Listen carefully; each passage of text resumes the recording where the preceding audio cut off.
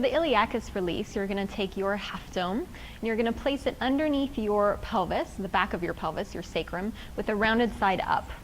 So I'm going to place it under here, and you want the half dome in a position that allows your pelvis to tip towards the ribs really easily. Now, if I place this too high, it's forcing me into an arch. Okay, so we want this low enough to let that pelvis tip towards the ribs, and then you're just going to stay here.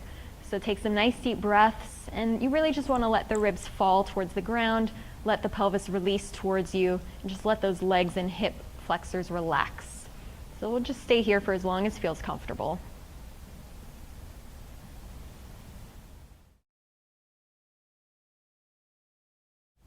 So for the click-clack, you're going to take your half dome, place it underneath your pelvis, but this time with a flat side up. So I'm going to put it under here, and you want to put it in a position where your pelvis is kind of flat when it's balanced on the half dome. So I'm in a neutral pelvis here, hip bones, pubic bone in a nice horizontal plane. So I'm going to start like that, and then for the click-clack, I'm just going to do some small pelvic movements here, allowing my pelvis to tip towards me, and then allowing my pubic bone to reach away. And it's not huge. I don't want to get my rib cage involved here. So it's just some easy pelvic movement, kind of rocking the pelvis back and forward on top of that half dome. Now you can also do a seated version of this. So for that, I'm going to take my half dome.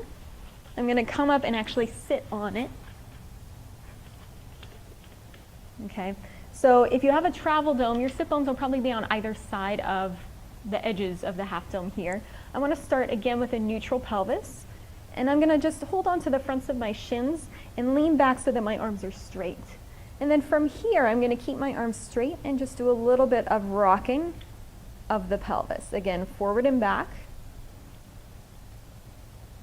I don't want to lift with my ribs, so it's just an easy pelvic rock. Doing a little bit of a push and pull with my legs. But you want to think about the movement happening in the pelvis.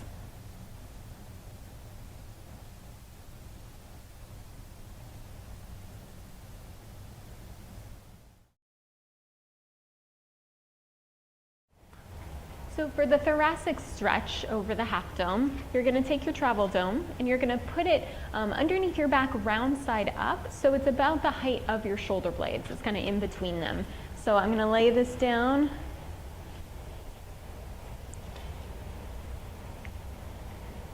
And you'll kind of feel your shoulder blades on either side of that half dome there.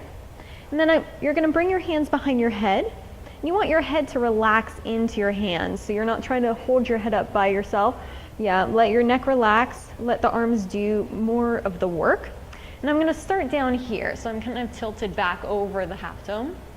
Now, as you can see, my ribs are lifted up towards the ceiling. I'm going to curl up to the point where my ribs actually come into line with my pelvis, with these hip bones in front.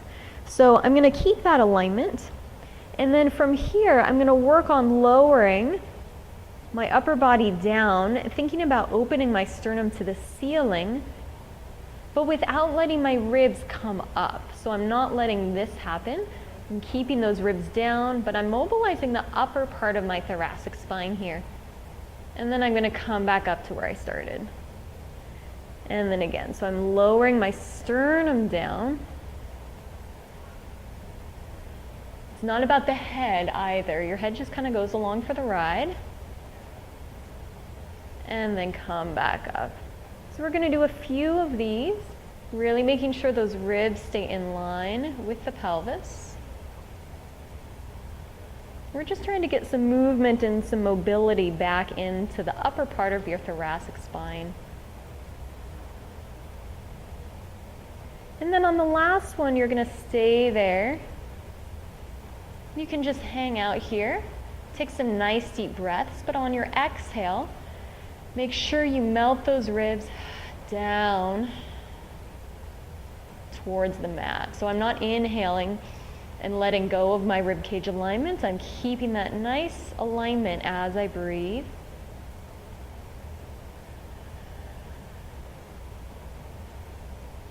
This feels really nice on that upper spine.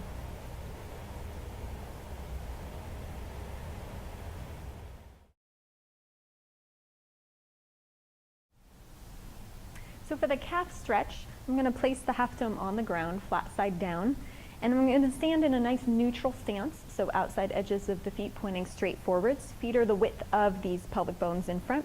I'm going to take the ball of one foot, place it up onto the half dome. Heel is going to be down on the ground. Now, if this is enough of a stretch, you're going to stay here. You want the weight still back in that back heel, whatever foot is back. But you can take this back leg and you can slowly start to walk it a little further forward. You don't want to go so far that you're going to be leaning forward, because that means you're kind of fighting the stretch, you're losing your alignment. So you're only going to walk that foot as far forward as you can while maintaining nice alignment, neutral pelvis, soft ribs, and feet aligned straight forwards. And then just stay here.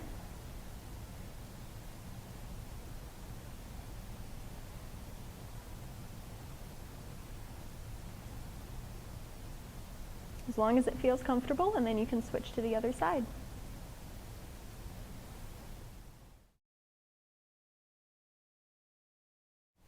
So to work on hip strengthening and balance, you're going to place your half dome. We'll start with the flat side down, just so you can get a sense of it. And you're going to step onto the half dome, making sure that your heel is fully supported by the dome. Now, with a smaller travel size dome, the front of your foot might hang off a little bit, but we want our body to be aligned so that our weight is in our heel to begin with. So I'm going to keep my weight back in my heel. My heel is on that half dome. And I'm going to press up onto the ball of this other foot, so I'm standing nice and tall on this leg here. And then if and when you're ready, and you can do this with something to hang on to, you're going to just bring that other foot up off of the ground and work on your stability here while you're balancing. Ooh, it's a fun workout for that standing leg. Okay, so even just standing here, you're getting some nice strength. You're working on balancing. Now, if you want a more advanced version, you can actually flip the half dome over. Same idea, so the heel is on the half dome, and you want your heel to be centered in the middle of the half dome when you step up. Outside edge of that foot still pointing straight forwards. And then I'm going to step up onto this in the same way. So I'm slowly bringing my weight onto that foot. This will be a little bit more unstable. And then I'm going to work on my balance here. Okay, you want to stay to get a little bit of work in that leg, but not so long that you compromise your alignment in order to do that.